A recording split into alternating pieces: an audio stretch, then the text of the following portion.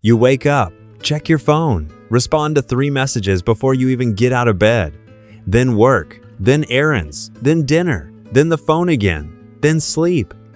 And somewhere around Wednesday, you get this nagging feeling, not stress, not quite, more like, where did the day go? Where did the week go? That feeling has a name. Seneca named it 2,000 years ago, and he said it's not exhaustion, it's theft. Seneca lived in Rome under Nero, one of history's more unstable bosses. He was a playwright, a senator, a Stoic philosopher, and at one point, the most powerful political advisor in the empire. He was also, by Roman standards, obscenely wealthy. And yet, he wrote obsessively about time, about how people treat it as if it's infinite, then act surprised when it runs out. His diagnosis? We don't lose time, we give it away. To obligations that don't matter, to people who don't respect it, to distraction, to busyness that masquerades as purpose. Sound familiar?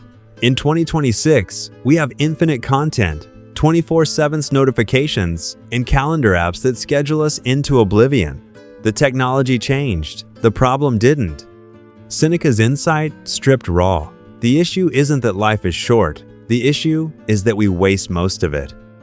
Seneca built his whole philosophy around 2 concepts. The first, vita brevis, life is short, but the full quote is usually cut in half. He wrote, "Life is short if you know how to use it. The problem isn't the length, it's the quality of attention." Here's how he made this concrete. He told his friend Lucilius to stop fragmenting his life. Every morning, most people hand out pieces of themselves to their inbox, their boss, their social feed, and collect the scraps at the end of the day and call that living.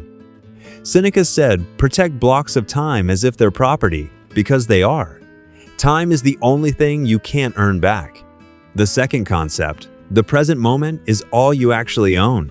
The past is gone. The future is uncertain. Most people live in both and ignore the only one that's real. Now compare this to Aristotle, who was all about the good life through virtue and social engagement, building towards something over time. Seneca would agree on virtue, but he'd push back hard on the over time part. For Seneca, later is a fantasy. The only question is what you're doing right now. He wasn't anti-ambition, he was anti-delay. There's a difference. Here's the honest limit. Seneca wrote about time from a position of enormous privilege. He had slaves, wealth, and the political protection for most of his life to actually choose how he spent his days.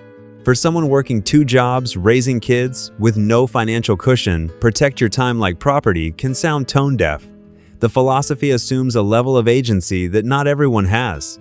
It's worth naming that. Wisdom with no asterisk isn't really wisdom. One practice. Tonight.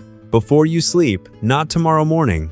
Tonight, write down 3 things you spent time on today that you didn't choose. Things that just happened to you. Meetings, scrolling, obligation-driven conversations. Don't judge it, just see it.